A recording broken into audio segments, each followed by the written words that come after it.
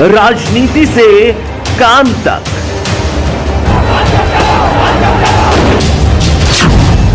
अपराध से अंजाम तक, खेत से खलिहान तक, अब हर खबर पर होगी हमारी नजर। पाइए सीधा अपने मोबाइल पर।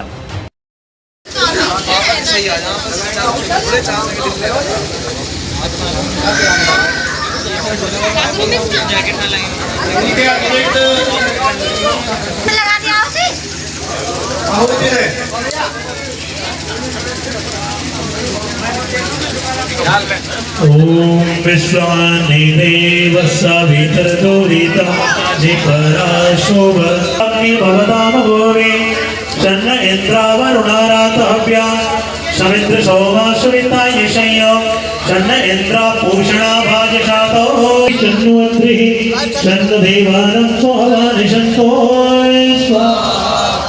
ओम सन्नो वन्न ज्योतिर्नीको अस्तु सन्नो मित्रावरुणवत्सनादं सन्नो सन्नो कुर्वहुनो समन्तरिक्षं सेनोऽस्तु सन्नो सतिर्विवन्नो वन्तु सन्नो रजस्पतिरस्तु विष्णो स्वाहा देतु सन्नस्तस्य प्रदिशो भवन्तु सन्न पर्वता दुर्मयो भवन्तु सन्न सिन्धवैषम सन्त्वापाय स्वाहा ओम सन्नो अदितिर्भवतु पृथिवी सन्न भवन्तु मरुदश्वरकाः सन्नो विष्णुशवभूषाणो अस्तु सन्नो भवित्रं संवस्तु वायो स्वाहा ओम सन्नो देवप्रजाभ्यो सन्न क्षेत्रस्य पतिरस्तु शम्भो ओम सन्न देवा विश्वदेवा भवन्तु सरस्वती च धीरस्तु पार्थिवा सन्नो अप्याय ओम भूर्भुवः स्वाहा तत्सवितुर्वरेण्यं। और भी कोई सज्जन आहुति के बगैर रहेंगे तो यज्ञ देवी के समक्ष आकर के कहना चाहता हूँ कि आज जो हमारा पहला नवरात्र था और हिंदी कैलेंडर के हिसाब से आज नए वर्ष का प्रारंभी है, उधर देवी माता का नवरात्रा भी पहला नवरात्रा भी है। इस उपलक्ष्य में हमारे गांव सिवाय में हमारे समस्त ग्रामवासियों के सहयोग से आज जो श्री श्री 108 श्री मुंड संत आश्रम पर जो ये 7 कुंडीय यज्ञ का अनुष्ठान हुआ है, ये हमारे इस भूमि के लिए और समस्त ग्रामवासियों के लिए बहुत ही शुभ दिन है और बहुत ही अच्छा और नेक और परमात्मा प्रसाद का काम हमारे समस्त ग्रामवासियों ने किया है। परमपिता परमात्मा मैं कहता हूँ इन सभी को सद्बुद्धि दे, विवेक दे, अध्यात्म की तरफ ले जाए और इनके मानसिकता को सही करे। और यज्ञ का 2 मुख्य कारण थे। एक तो महाराजा अशोक के समय जब 200 वर्ष पूरे हुए थे तो उस समय बौद्धों का प्रचार प्रसार ज़्यादा होने लगा था, जिससे पब्लिक में प्रजा में हाहाकार मची हुई थी। इस हाहाकार के कारण जब इसे देखा तो ठीक उसी समय एक आबू पहाड़ पर कुछ ब्राह्मण ने वैदिक विधि से यज्ञ किया। उस यज्ञ से अग्निकुंड तैयार किया और उस अग्निकुंड में उन्होंने ब्रह्म होम नामक यज्ञ किया, जिसमें 4 मंत्रों से, वैदिक मंत्रों से उसमें 4 क्षत्रिय राजा उत्पन्न हुए। नंबर 1 परमार राजा, नंबर 2 परिहार राजा, नंबर 3 चहुपानी राजा और नंबर 4 शुक्लांगिक राजा। तो इन जब देखा कि यज्ञ का लोप होता चला जा रहा है, तब ये राजा महाराजा पैदा हुए और जो परमार राजा थे वो सामवेदी बने, जो परिहार राजा थे वो अथर्ववेदी बने और जो हमारे चौपानी राजा थे वो यजुर्वेदी बने और जो हमारे शुक्लांगी राजा थे वो त्रिदेवी बने। तब जाकर के फिर से इस यज्ञ को, परंपरा को हमारे उन 4 क्षत्रिय राजाओं ने पुनः जीवित किया और पुनः इसको जगाया और फिर जनता में इसका प्रचार प्रसार किया कि यज्ञो वे श्रेष्ठतम कर्म है। हमारे महर्षि मनु ने भी कहा है कि यज्ञ से बड़ा कोई कर्म नहीं है। और भगवान शिव ने खुद ओम को अपना, ओम का स्मरण किया और भगवान शिव ने खुद कहा है कि ओम से बड़ा कोई भी मंत्र नहीं है, ओम से बड़ा कुछ भी नहीं है। भगवान शिव ने खुद ओम का स्मरण किया है, जबकि भगवान शिव ने ये कहा कि जब प्रकृति से जब एक शब्द आता है देखा जाता है कि जब प्रकृति रची जा रही थी या प्रकृति से एक शब्द आया था, वो शब्द था ओम।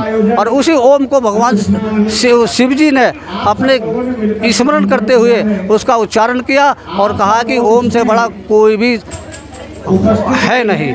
इसलिए ओम का प्रचार स्वयं भगवान शिव ने भी किया और खुद परमपिता परमात्मा ने अपने निज नाम को ओम कहा कि मैं खुद ओम हूँ। ए ऊ और मैं, अकार मकार उकार, इन तीनों शब्दों को मिला करके ओम शब्द आय बना। इसलिए कहा कि ओम से बड़ा कोई नहीं है। और तब जब ये देखा, आज ये घोर कलयुग में हम देख रहे हैं कि हमारा यज्ञ जो है वो कम होता चला जा रहा है। इस कमी को भांपते हुए हमारे समाज में मानसिकता बढ़ती जा रही है। हमारे लोगों की जो समाज के लोगों की जो है वो मानसिकता खराब होती चली जा रही है और व्यक्तिगत रूप से लोग जो है कुरीति की तरफ बढ़ते जा रहे हैं और भ्रष्टाचारी होते जा रहे हैं, भेदभाव की राजनीति करते हैं, छल कपट की राजनीति करते हैं, ईर्ष्या द्वेष की राजनीति करते हैं। ये कारण केवल ये है कि यज्ञों का लोभ होना। इसलिए और सबसे बड़ी बात यह है कि जैसे जैसे यज्ञ कम होते चले जा रहे हैं उतना ही बीमारियों का घर बनता चला जा रहा है। मनुष्य बीमारी की ओर बढ़ता चला जा रहा है। अनेकों बीमारियों ने मनुष्य को घेर लिया है, क्योंकि जब यज्ञ होते थे तो वातावरण शुद्ध होता था, वायुमंडल शुद्ध होता था और उस वायुमंडल शुद्ध में अब हमारा जो वातावरण शुद्ध होता था तो हम लोग बीमारी से बचे रहते थे और स्वस्थ रहते थे, मस्त रहते थे। और भगवान श्री मनु ने तो अपने आचार वैदिक संहिता में यहाँ तक कहा है कि यज्ञो वे श्रेष्ठतम कर्म है, क्योंकि जैसे शरीर को स्वस्थ रखने के लिए भोजन की अति आवश्यकता होती है, ठीक उसी प्रकार मानसिकता और पवित्रता और आध्यात्मता के लिए यज्ञों की अति आवश्यकता है। और उन्होंने 5 प्रकार के यज्ञ बताए हैं। नंबर 1 ब्रह्म यज्ञ, जिसे संध्या कहते हैं, अग्निहोत्र यज्ञ, देव यज्ञ और एक पितृ यज्ञ, जिसे हमारे पूर्वजों के होते हैं, पूर्वजों के जो अपने पूर्वजों के शरण में हम किसी पुरोहित को बुला करके, आचार्य को बुला कर यज्ञ कराते हैं। और बलिवेश देव यज्ञ जो हमारे जीव जंतु के लिए होता है। और हमारा 5वां होता है अतिथि यज्ञ।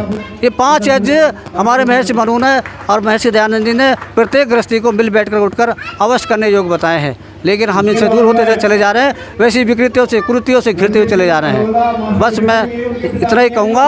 और अब हमारे अगले हमारे जो है इस पर बात अब चर्चा करेंगे हमारे आचार्य सिसौली, जो हमारे यहाँ यज्ञ समापन कराने के लिए आए हैं, यज्ञ करने के लिए आए हैं सिसौली से हमारे आचार्य जी।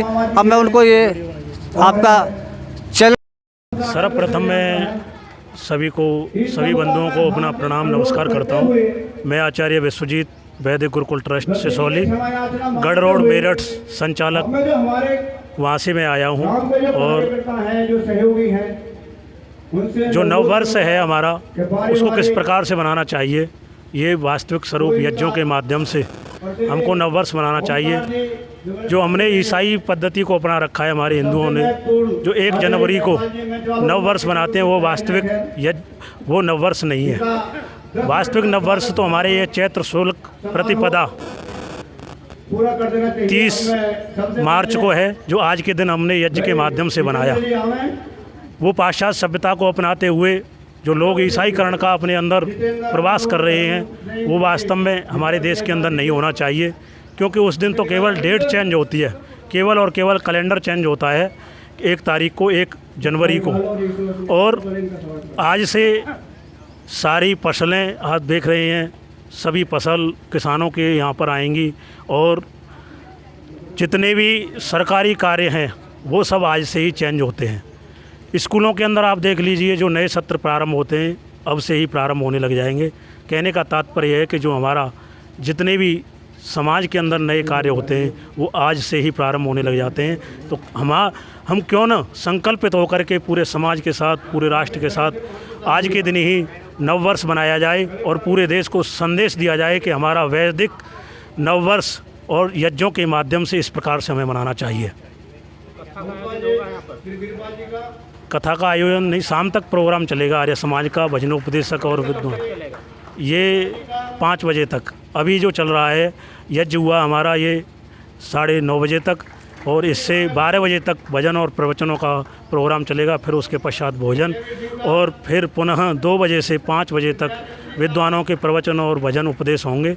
उसमें समाज के अंदर जो भ्रांतियाँ फैली हुई हैं, कुछ पाखंड फैला हुआ है, अनेक प्रकार से समाज को दूषित किया जा रहा है, उस पर अपने अपने विद्वान प्रकाश डालेंगे। मैं हूं मौर्य कुमार गौतम, आपका अपना न्यूज रिपोर्टर। देखते रहें गांव शहर की खबर और जुड़े रहें सिटी न्यूज इंडिया 1 के साथ। हमारे चैनल को लाइक करें, शेयर करें और सब्सक्राइब करना ना भूलें।